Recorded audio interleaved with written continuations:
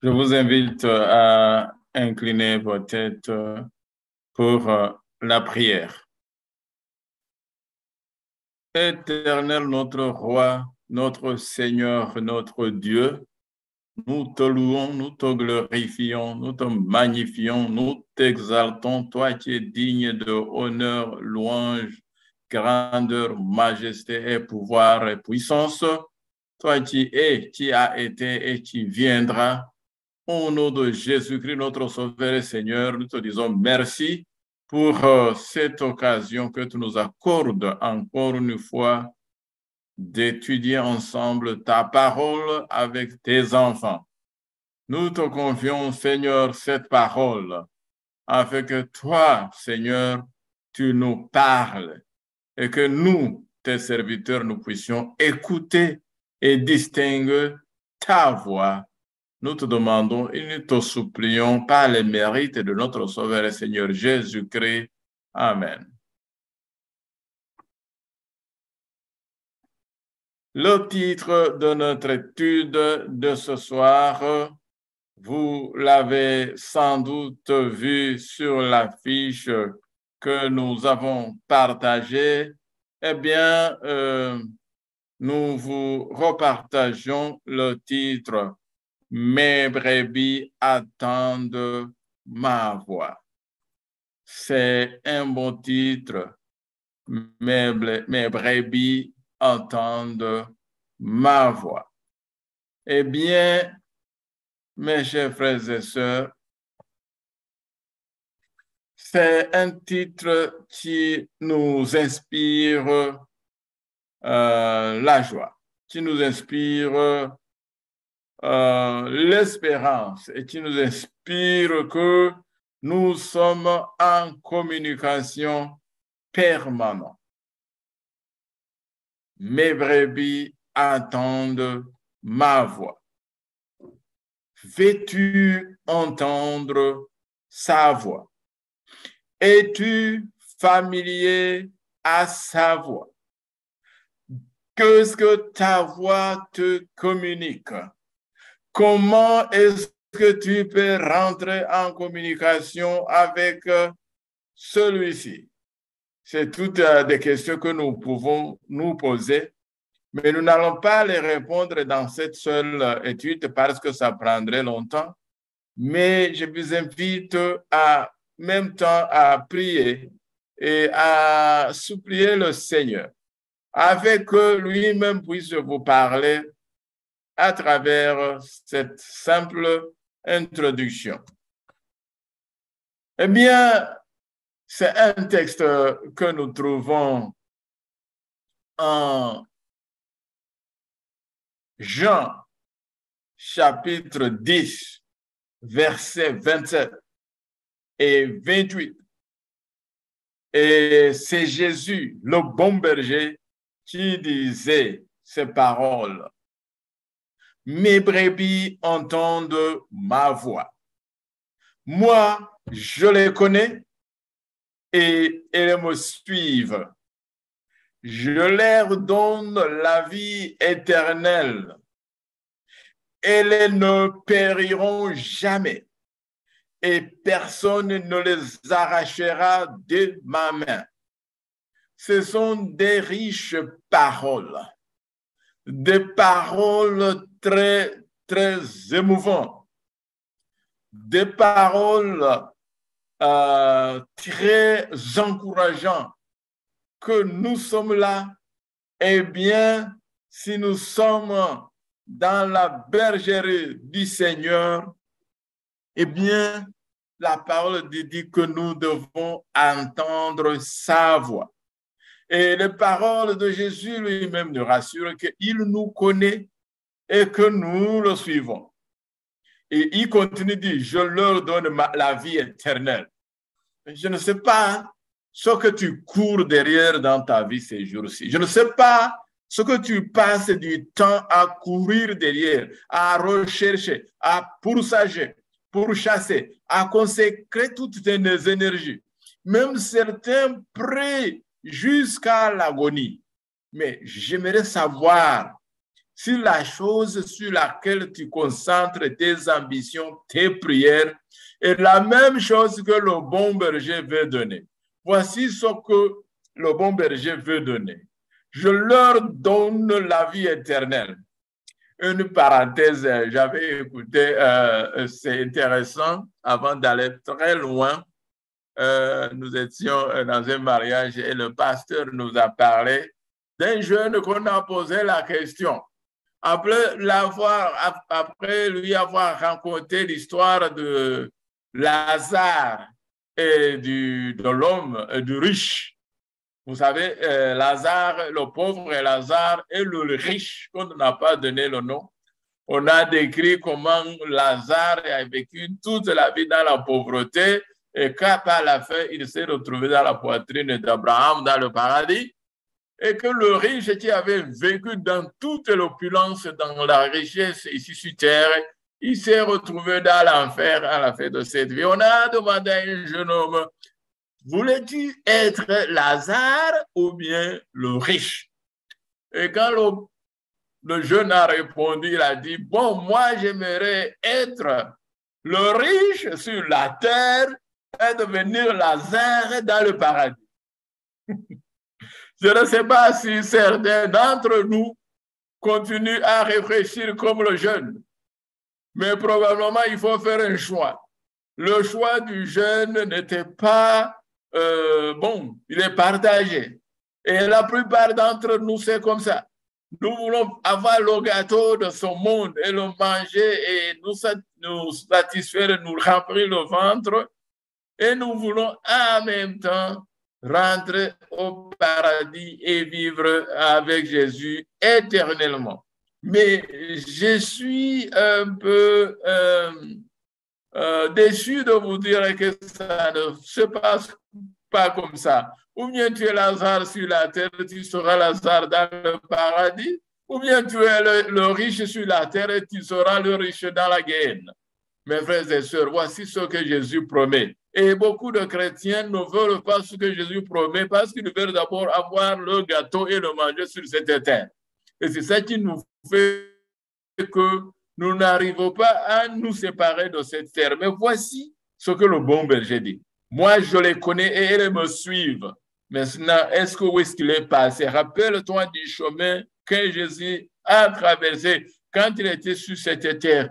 Où était, avec qui il vivait, comment il passait ses journées, comment il passait ses nuits. Et il continue, je leur donne la vie éternelle. Elles ne périront jamais. Et personne ne les arrachera de ma main.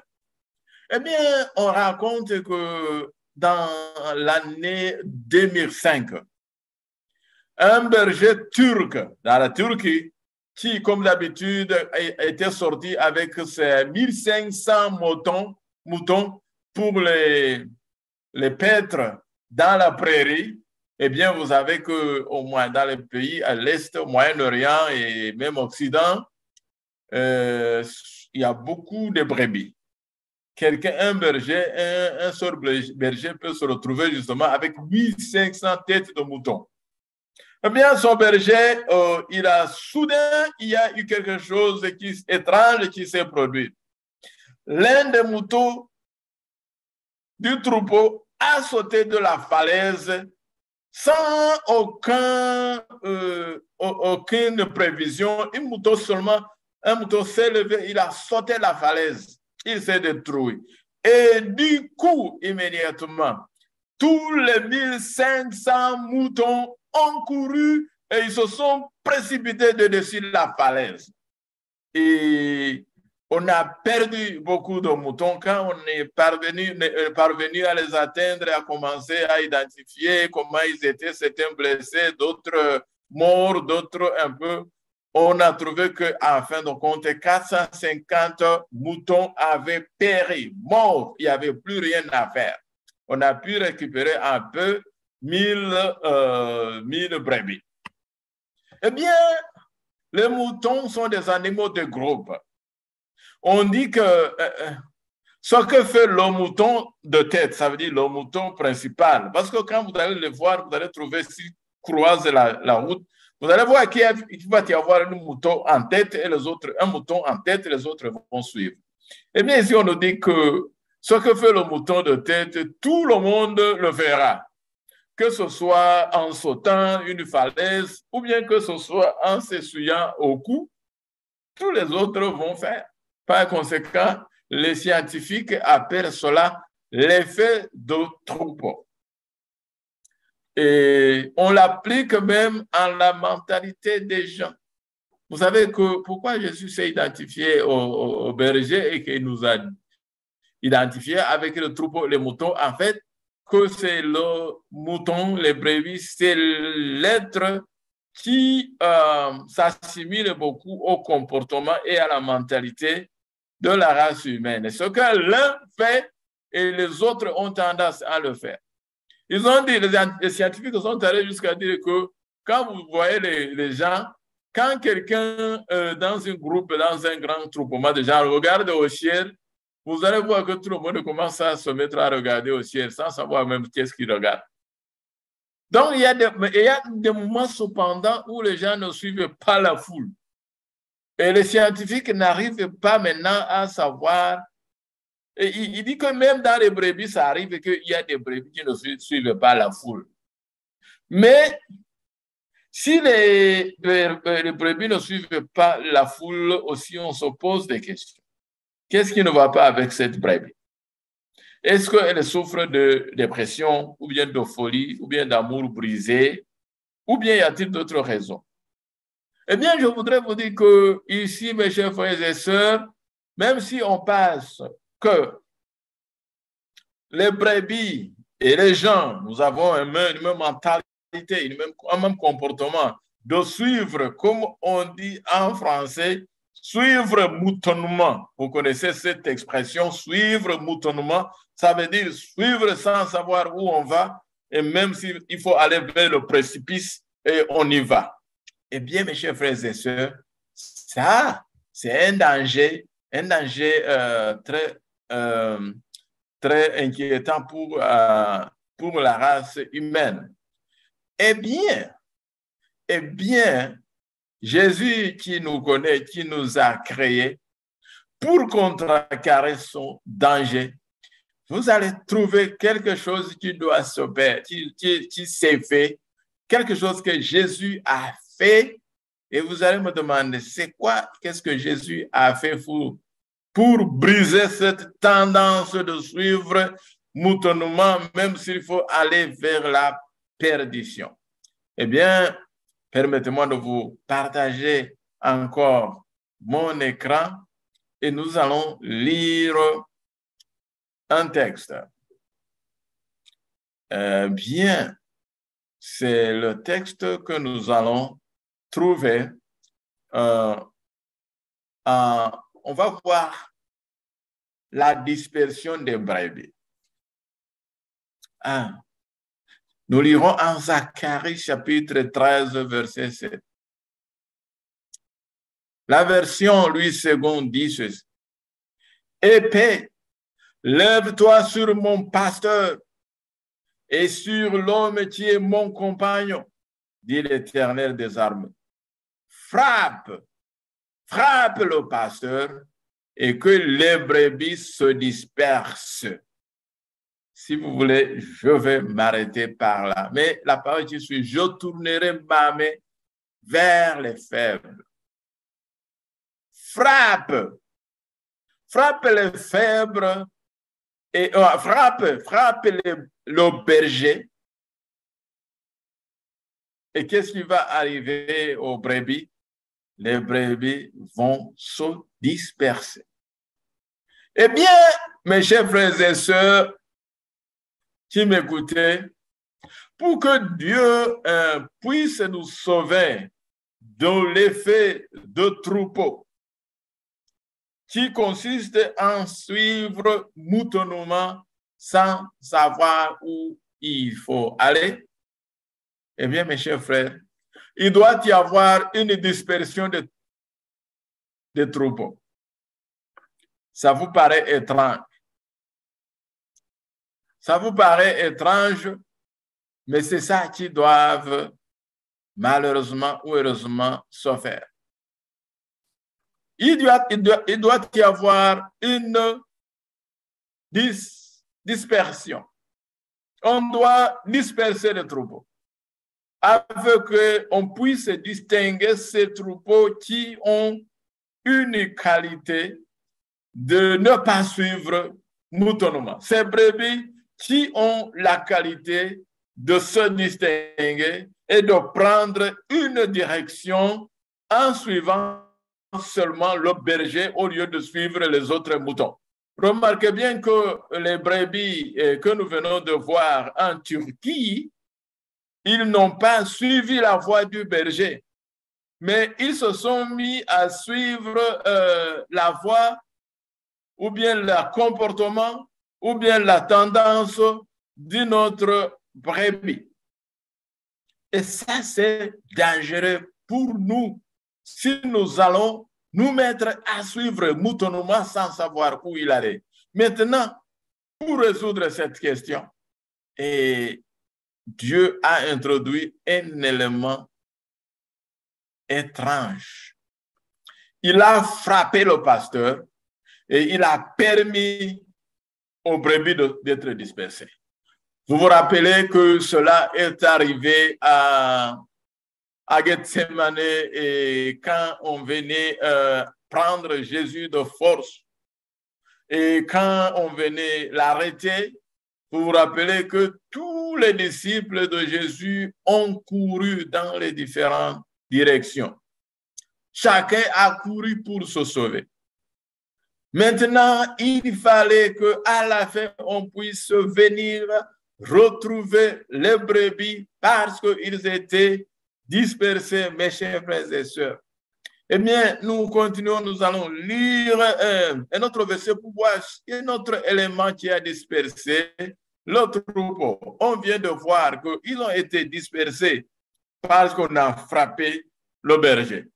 Et les troupeaux, nous tous errants, si vous voyez, Esaïe dit, nous sommes tous errants, nous sommes devenus comme les brebis sans berger, les brebis dispersées. Pourquoi? Parce que si nous suivions tous un même ordre, un même comportement, malheureusement, ce n'est pas vers le salut, ce n'est pas vers la vie éternelle que le berger veut nous offrir, que nous allons suivre, mais malheureusement, nous allons diriger et nous orienter vers le précipice. Donc, il fallait nous faire quelque chose et Dieu est intervenu pour disperser. Mais il y a une autre chose qui a contribué aussi à disperser et je voudrais aussi que vous puissiez noter cette autre chose. Et c'est quoi?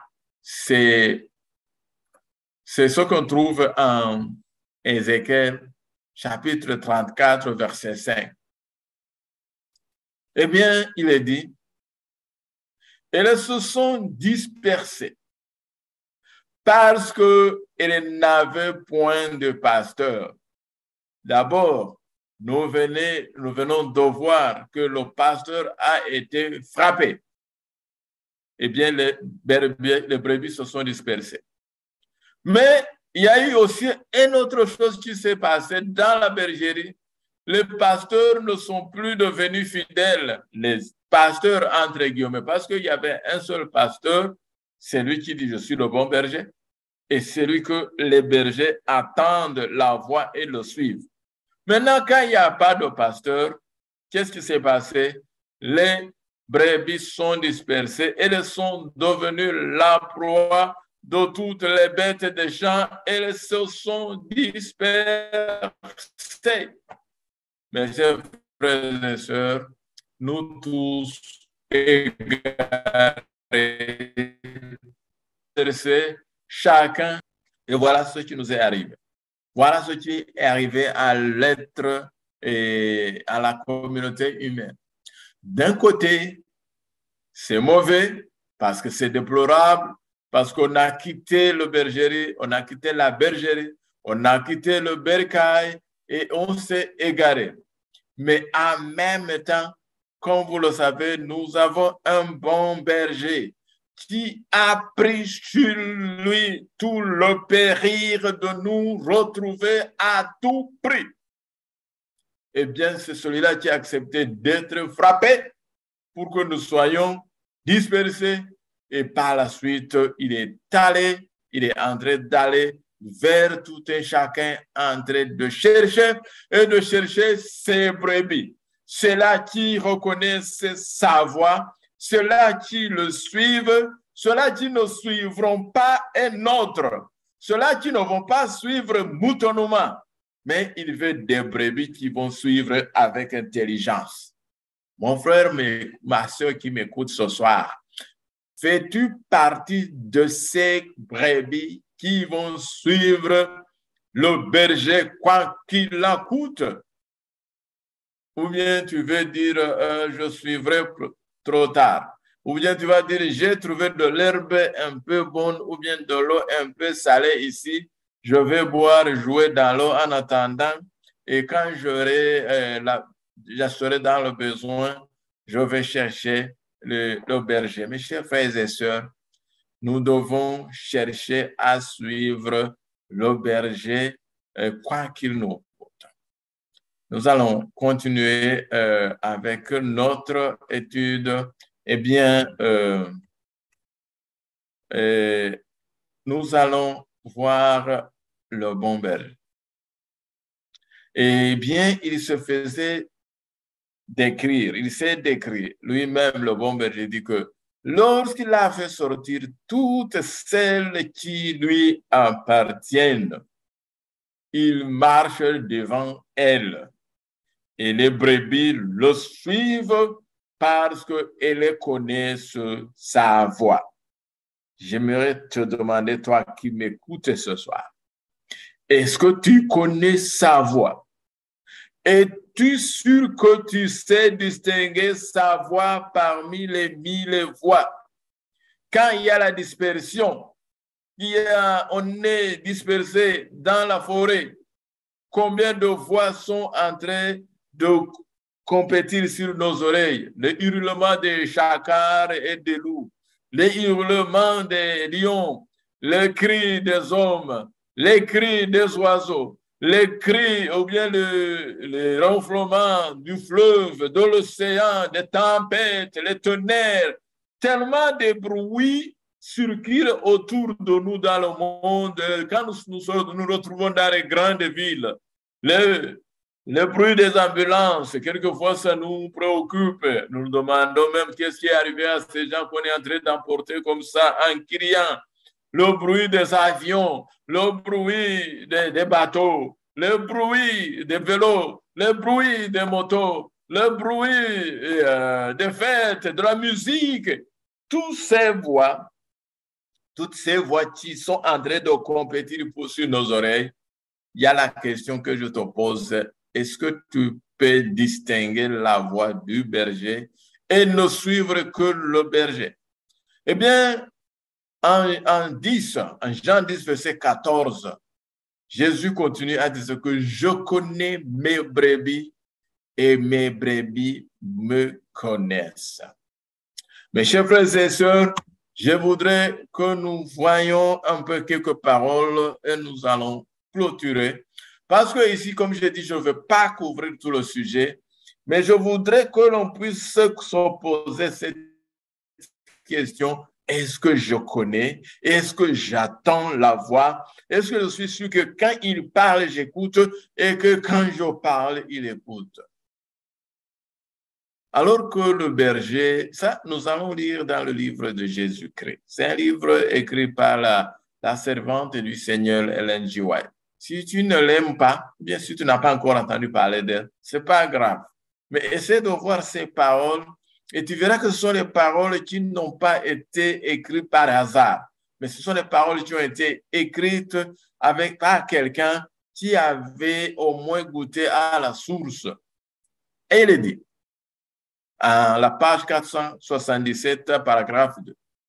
Alors que le berger conduit son troupeau sur les collines rocailleuses, à travers forêts et ravins sauvages, vers les recoins herbeux, au bord d'une rivière, alors qu'il veille sur lui, dans la montagne, pendant la nuit solitaire, le protégeant contre les voleurs et prenant un tendre soin des malades et des débiles, sa vie s'identifie avec celle de ses brebis.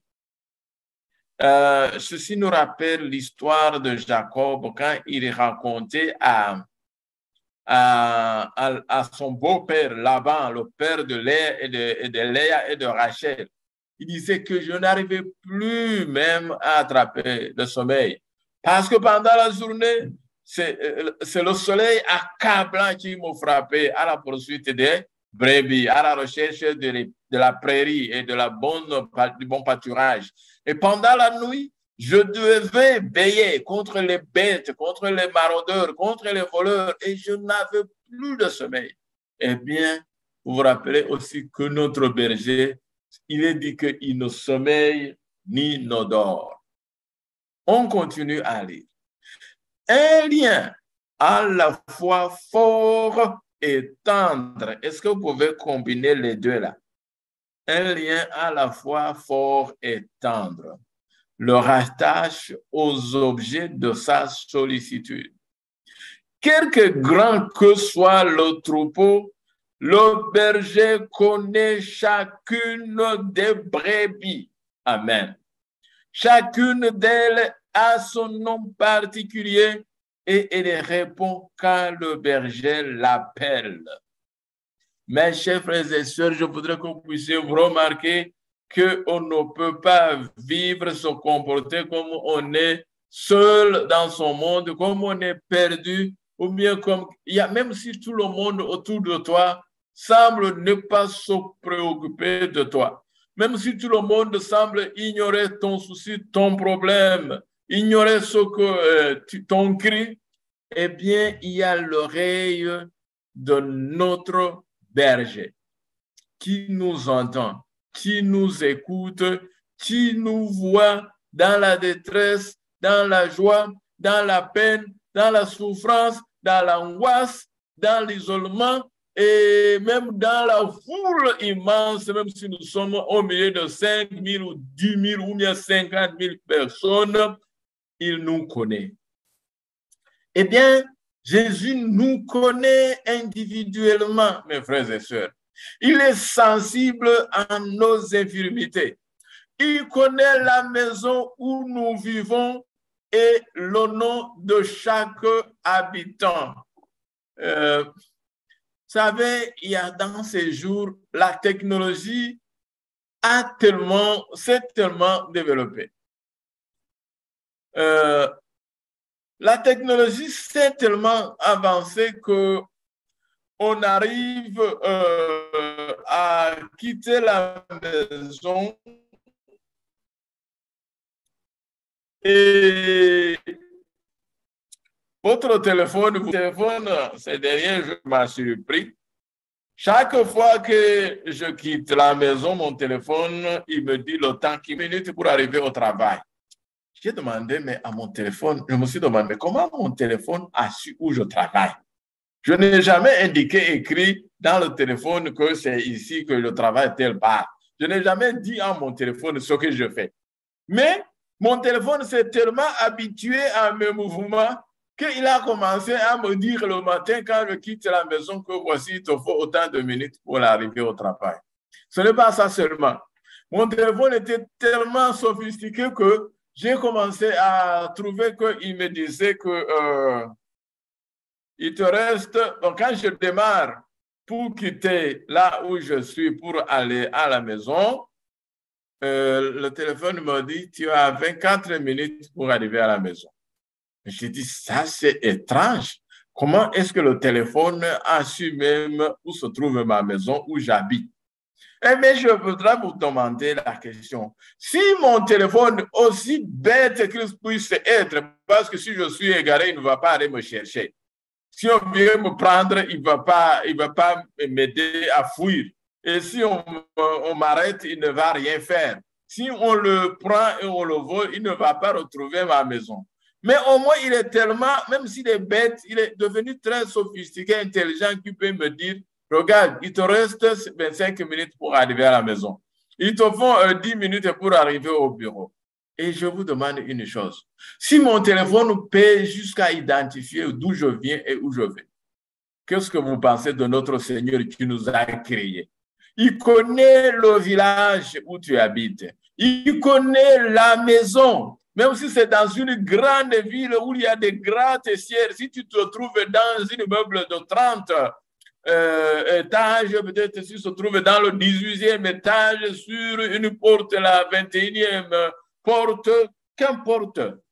Tu travailles dans un grand meuble, dans un petit bureau, dans un meuble où travaillent 5000 personnes. Cela ne dérange pas le Seigneur. Il te connaît, il connaît où tu es, il connaît quels sont tes soucis, quels sont tes problèmes. Il va voler à ton secours aussi. Quand tu cries vers lui, si tu te trouves dans un danger, il a déjà vu le danger même avant qu'il n'arrive et il va te secourir. Mais chers frères, nous devons nous habituer aussi à entendre sa voix. S'il peut nous entendre et nous suivre et nous secourir et se soucier de nous, pourquoi nous hésitons à aussi nous habituer à aller et à vivre à ses côtés? Vous savez, quand Paul devait être retrouvé, être baptisé, vous savez que l'ange est venu vers un disciple de Damas qui s'appelait Ananias. Et il a appelé Ananias. Oui, il dit, lève-toi, va vers la ville, prends l'avenue qu'on appelle la droite, et à l'avenue à droite, à tel coin, tu vas tourner à ta gauche ou à droite, et bien tu vas appeler la maison d'un certain tel. Et tu vas demander un certain Paul qui se trouve dans cette maison. Et Ananias a dit, bon, il n'a pas dit comment tu connais tous ces détails. Moi, si c'était moi, peut-être je dirais, mais Seigneur, comment tu connais tous ces détails? Jésus connaît tous les détails, mes amis. Et nous devons nous réjouir qu'il nous connaît, mais en même temps réfléchir. Est-ce que comme il connaît tous les détails, est-ce que tous les détails de ma vie, je veux les ouvrir devant Jésus? Est-ce que je suis fier à ce que Jésus connaisse mes tournants, mes coins, et mes rêves, et mes paroles, et mes conversations? Est-ce que je suis fier d'inviter Jésus dans toutes ces conversations? Mes frères et sœurs, pensez-y. Et Jésus nous connaît, mes frères. Chaque âme est l'objet. Nous continuons à lire Jésus-Christ. Je suis à la page 478, paragraphe 2. Chaque âme est l'objet de la part de Jésus, d'une connaissance aussi complète que si elle était la seule pour laquelle le Sauveur soit mort. Son cœur est touché par les misères de chacun. Il attend tous les appels de détresse. Il est venu afin d'attirer tous les hommes à lui. Il leur dit, suivez-moi. Et son esprit agit sur les cœurs afin de les amener à lui. Beaucoup refusent de se laisser attirer, malheureusement. Il y a beaucoup qui refusent de se laisser attirer, mais Jésus les connaît. Il connaît aussi ceux qui répondent joyeusement à son appel et sont disposés à se confier à ses soins pastoraux. Et il dit, mes brebis entendent ma voix. Je les connais et ils me suivent. Je leur donne la vie éternelle. Ils ne périront jamais. Ah, mes chers frères et sœurs, qu'est-ce que vous voulez encore? Il prend soin de chacune d'elles comme s'il n'avait point d'autre sur la surface de la terre. Eh bien, mes chers amis, je voudrais je me retrouver chaque jour entre les mains de Jésus. Je continue à lire un peu avant de clôturer parce que c'est tellement doux et important, mais on doit aussi arriver à la conclusion.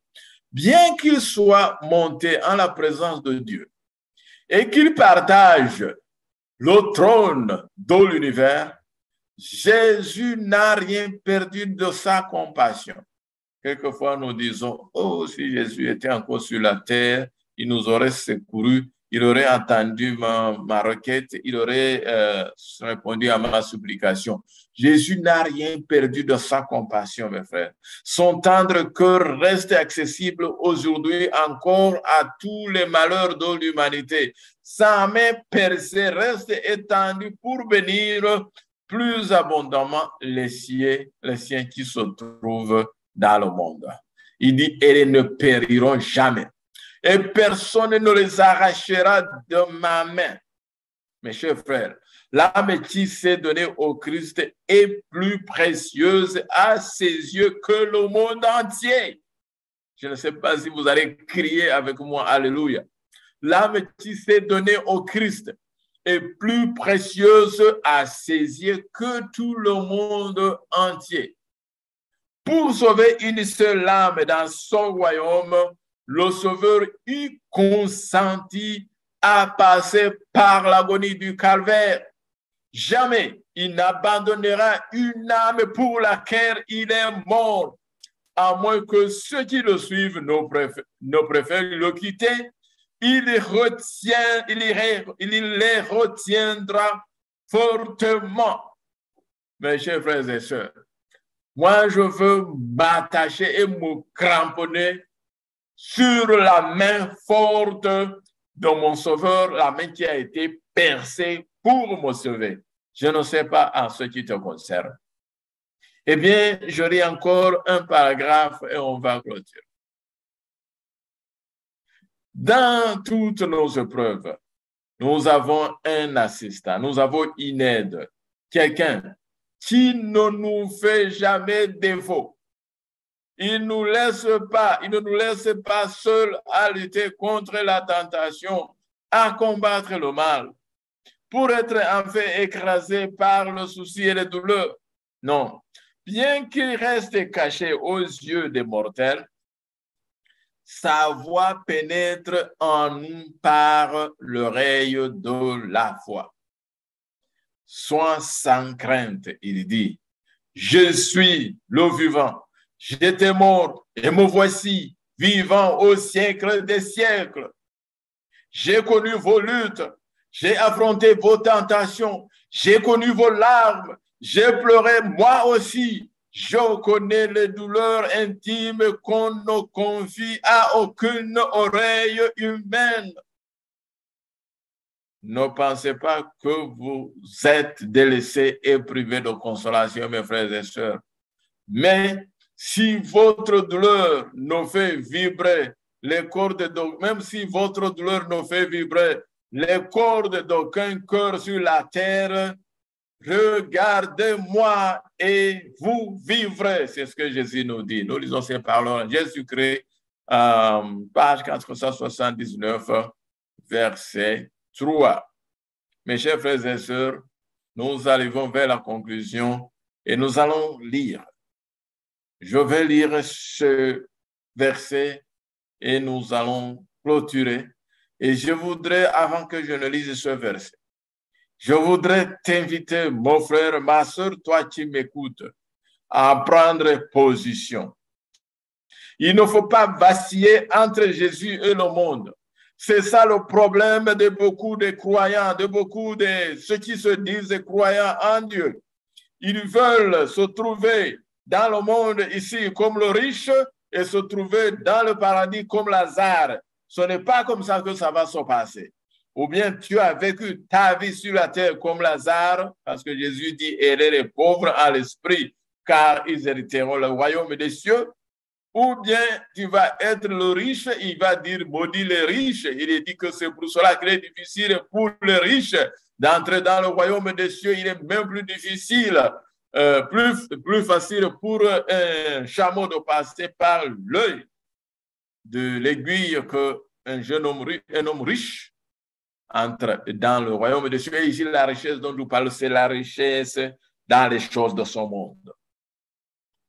Et la préoccupation des choses de son monde. On ne dit pas que avoir des biens, c'est mauvais, mais comment tu les gères, ça va justifier qui tu es et où se trouve ton cœur. Est-ce que ton cœur est caché avec Jésus dans le paradis, ou bien ton cœur est caché ou bien est enfoui dans les biens périssables de son monde? Pense-t-il. Mais je voudrais qu'en écoutant ces paroles et en écoutant ce verset que nous allons lire pour clôturer, que vous puissiez prendre la position de à qui vous voulez appartenir et comment voulez-vous passer votre vie, et bien, soit sur cette terre et même dans l'éternité. Et voici Jésus qui nous fait une promesse forte. En Ésaïe chapitre 54, verset 10, il dit, quand les montagnes s'effondrent, non, je vais répéter, quand les montagnes s'effondreraient, quand les collines s'ébranleraient, ma bonté pour toi ne faiblira point. Et mon alliance de paix ne sera pas ébranlée, dit l'Éternel qui a compassion de toi.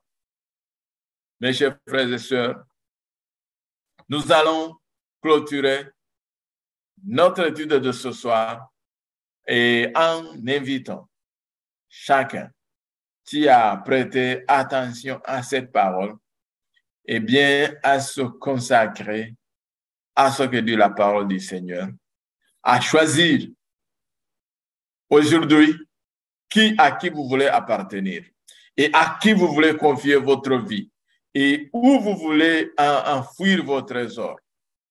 Je choisis le côté d'être toujours branché à Jésus, d'écouter sa voix et de suivre et d'être aussi sûr qu'il m'écoute et qu'il me tient par sa main et que personne ne peut m'arracher de sa main et qu'il me donne la vie éternelle et que je ne périrai point.